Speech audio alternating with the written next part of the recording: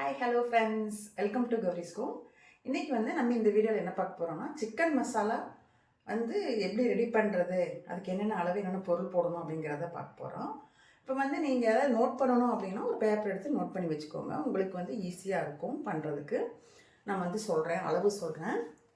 வரமிளகா 1 kilo note பண்ணி வச்சுக்கோங்க பேப்பர் எடுத்து, தேவையானதுன்னா. வரமிளகா 1 கிலோ முதல்ல இருந்து சொல்கிறேங்க. வர மல்லி 1/2 கிலோ. மூணாவது 100 கிராம் மிளகு. அப்புறம் சீரகம் 100 கிராம். கிராம்பு 10 கிராம்.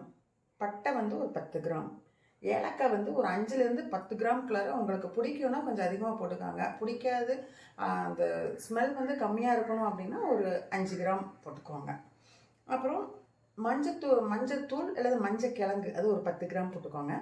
அப்புறம் லாஸ்ட்டாக கல்லுப்பு ஒரு கைப்பிடி, ஒரு 100 கிராம் பக்கம் எடுத்து வறுத்து போட்டுக்கோங்க. இதுக்கு இந்த சிக்கன் மசாலாவுக்கு இது தாங்க அளவு.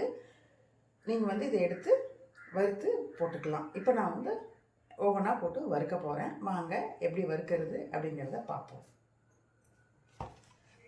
முதல்ல மல்லி 1/2 கிலோ கொஞ்சம் கொஞ்சமாக வறுத்துக்கலாம். அடுத்தது சீரகம் 100 கிராம். இதை போட்டு நல்லா வறுத்துக்கலாம்.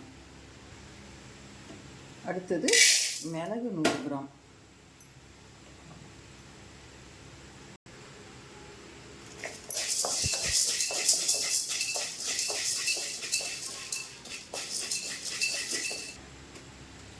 அடுத்தது கிராம்பு ஒரு 100 கிராம்.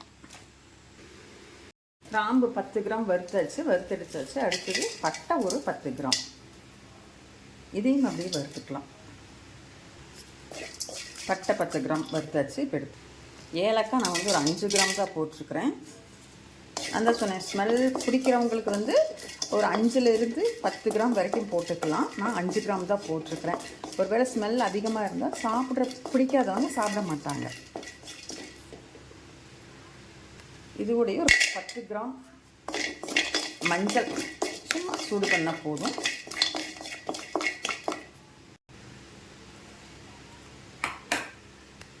இப்போ வரமிளகா 1 கிலோ.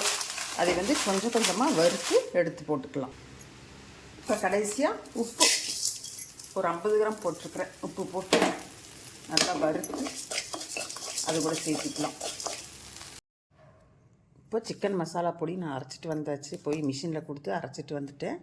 இதை ஒரு பேப்பர் சூடாக இருக்குது, ஒரு பேப்பர் போட்டு நல்லா ஆற வச்சு, பேப்பரோ இல்லை ஏதாவது நீங்கள் பிளேட் மாதிரி வச்சுருந்தீங்கன்னா, ட்ரே மாதிரி வச்சுருந்தீங்கன்னா ஆற வச்சு எடுத்து டப்பாவில் ஸ்டோர் பண்ணி வச்சுக்கோங்க. வருஷமானாலும் கெடாது. நீங்கள் இந்த மாதிரி ட்ரை பண்ணி பாருங்கள். அப்படி முடியல, வேலைக்கு போகிறோம் நாங்கள் அப்படின்னு சொன்னீங்கன்னா எனக்கு சொன்னீங்கன்னா நான் உங்களுக்கு வேணால் ரெடி பண்ணி கொடுக்குறேங்க. வேலைக்கு போகிறவங்க முடியாதவங்களுக்கு நான் ரெடி பண்ணி கொடுக்குறேன். இந்த வீடியோ பிடிச்சிருந்தேனே எனக்கு ஒரு லைக் பண்ணுங்கள், ஷேர் பண்ணுங்கள். அப்படியே கௌரிஸ்கோ சேனலை சப்ஸ்கிரைப் பண்ணிவிட்டு பாருங்கள்.